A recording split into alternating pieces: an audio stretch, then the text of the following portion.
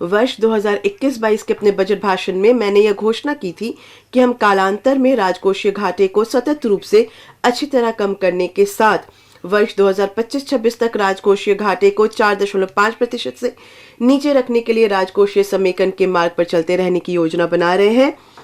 हमने इस मार्ग का अनुसरण करना जारी रखा है और मैं अपना इरादा दोहराती हूँ कि हम वर्ष 2025-26 तक राजकोषीय घाटे को जीडीपी के 4.5% के नीचे ले आएंगे।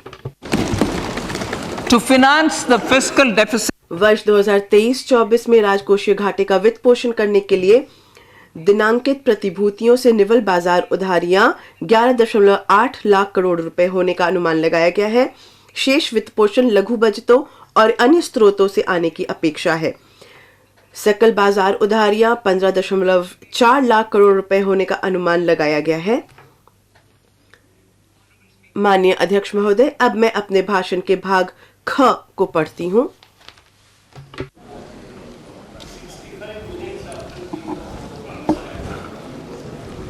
indirect taxes. अप्रत्यक्ष कर।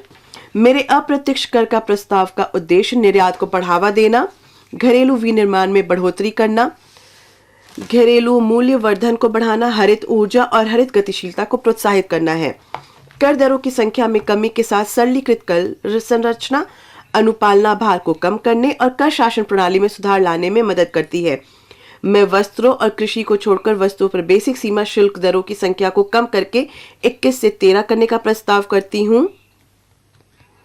इसके परिणाम स्वरूप खिलौने, साइकिल, ऑटोमोबाइल और नाफ्ता सहित कुछ वस्तुओं की बेसिक सीमा शुल्कों, उपकरों और अधिभारों में मामूली परिवर्तन हुआ है। हरित गतिशीलता मोबिलिटी। मिश्रित कंप्रेस्ड प्राकृतिक गैस पर कर प्रपात से बचने के लिए मैं उसमें सम्मिलित कंप्रेस्ड बायोगैस, जिस पर जीएसटी भुगतान किया गया है, उस पर उत्पाद शुल्क से छूट देने का प्रस्ताव करती हूं। हरित मोबिलिटी को और संवेग प्रदान करने के लिए इलेक्ट्रिक वाहनों में प्रयुक्त बैटरियों के लिथियम आयन सेलों के विनिर्माण के लिए आवश्यक पूंजीगत वस्तुओं और मशीनरी के आयात पर सीमा शुल्क में छूट दी जा रही है। as well.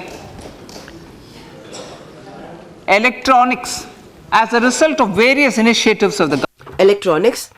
चरणबद्ध विनिर्माण कार्यक्रम सहित सरकार ने विभिन्न पहलों के परिणाम स्वरूप भारत में मोबाइल फोन का उत्पादन वर्ष 2014-15 में करीब 18,900 करोड़ रुपए मूल्य के 5.8 करोड़ यूनिट से बढ़कर पिछले वित्तीय वर्ष में 2,75,000 करोड़ रुपए मूल्य के 31 करोड़ यूनिट तक पहुंच गया है।